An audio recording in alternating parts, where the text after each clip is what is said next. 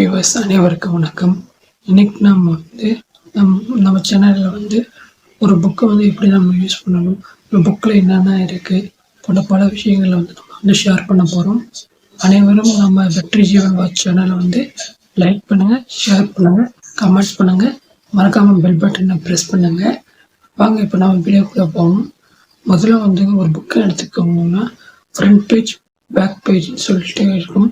அந்த front hand பேஜில் பார்த்தீங்கன்னா எப்போதும் அந்த புக்கோடைய ஒரு மெயினான ஒரு தலைப்பும் துணை தலைப்பும் இருக்கும். அது கீழே பார்த்தீங்கன்னா ஆத்தருடைய நேம் இருக்கும். அது அப்படியே நீங்கள் அந்த புக்கோடைய பேக் சைடு பார்த்தீங்கன்னா அந்த ஆத்தர் பற்றி ஒரு சிறு குறிப்பு இருக்கும். அது கீழே பார்த்தீங்கன்னா ISBN சொல்லுவாங்க, இன்டர்நேஷ்னல் ஸ்டாண்டர்ட் புக் நம்பர் சொல்லுவாங்க. மொத்தம் 15 கொண்டது இருக்கும். இதெல்லாம் உலகத்தில் எந்த மொழி இருந்தாலும் நம்ம இந்த புக்கை கண்டுபிடிக்கிறதுக்கோசரம் ISBN நம்பர் கொடுத்துருக்காங்க. ஸோ அப்படி நீங்கள் போனீங்கன்னா ஃபஸ்ட்டு ஒரு பிளாங்க் பேஜ் கொடுத்துருப்பாங்க. அதுக்கப்புறம் அடுத்த பேஜில் பார்த்தீங்கன்னா இந்த புக்கோடைய டைட்டில், சப்டைட்டில், ஆத்தர் கொடுத்துருப்பாங்க. அதுக்கு அடுத்த பேஜில் பார்க்க போனீங்க பப்ளிஷர், யார் இந்த புக்கை பப்ளிகேஷன் பண்ணாங்க, எப்போ பப்ளிகேஷன் பண்ணாங்க போன்ற தகவல்களை அந்த பேஜில் கொடுத்துருப்பாங்க.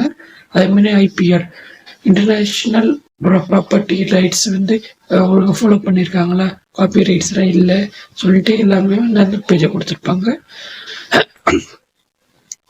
3வது பேஜில் பார்த்தீங்கன்னா இன்ட்ரடக்ஷன், இந்த புக்கோடைய ஒரு சின்ன ஒரு இன்ட்ரடக்ஷன் கொடுத்துருப்பாங்க. இந்த புக்கை நமக்கு என்ன எதனால் எழுதப்படுது, ஏன் இந்த புக்கை எழுதியிருக்காங்க, இந்த புக்கு நமக்கு யூஸ்ஃபுல்லாக இருக்கா போன்ற பல விஷயங்களை சொல்லுவாங்க. அதுக்கு அடுத்த பேஜை பார்த்தீங்கன்னா கண்டென்ட் பேஜ் சொல்லுவாங்க.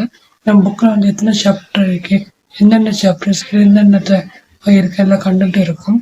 அப்புறம் லாஸ்ட்டாக பார்த்தீங்கன்னா ஒரு புக்கோடைய அந்த நோட்ஸ்லாம் கொடுத்துருப்பாங்க, எங்கெங்கே ரெஃபரன்ஸ் பண்ணி ரெஃபரன்ஸ் ஷீட் கொடுத்துருப்பாங்க. அதே போல் ஒரு புக் பார்த்தீங்கன்னா மினிமம் 42 பேஜஸ் இருக்கணும்.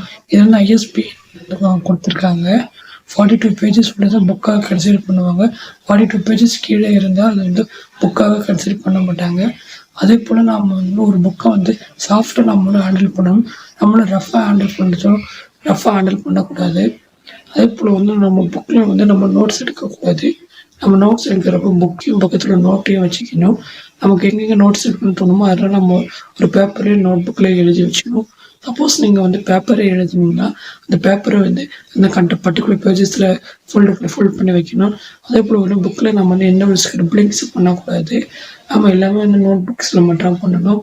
ஏன்னா ஃப்யூச்சர் யாராவது இந்த புக்கை யூஸ் பண்ணுறாங்களா அவங்களுக்கு அந்த இடையூறு தரக்கூடாது. அதே போல் நம்ம ஸ்கிரிப்லிங்ஸில் பண்ண நம்ம புக்கோடைய குவாலிட்டி கம்மியாகிடும். ஸோ நம்ம புக்கில் எதுவும் ஸ்கிரிப்லிங் பண்ணக்கூடாது. நம்ம நோட் புக்கில் எடுத்து வச்சுலாம் எழுதணும்.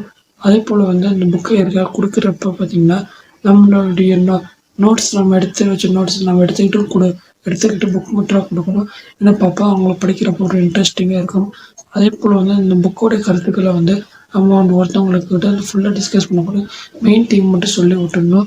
ஏன்னா அப்போ அவங்களுக்கு புக்கு ஃபுல்லாக வாசிப்பாங்க. ஏன்னா நாம் முன்னாடி வாசித்து சொல்லக்கூடாது. அவங்களுக்கு ஆர்வத்தை ஊட்டும் வகையில் ஒரு புக்கை நம்ம பண்ணியிருக்காங்க. ஸோ இந்த வீடியோவில் இருக்க ஒரு பிடிச்சிருந்துச்சுன்னா அனைவரும் வெற்றி ஜீவன் நம்ம சேனலை லைக் பண்ணுங்கள், ஷேர் பண்ணுங்கள், கமெண்ட்ஸ் பண்ணுங்கள், மறக்காமல் பெல் பட்டனை ப்ரெஸ் பண்ணுங்கள். அனைவருக்கும் இனிய நூலுகர் தினம் நல்வாழ்த்துக்கள்.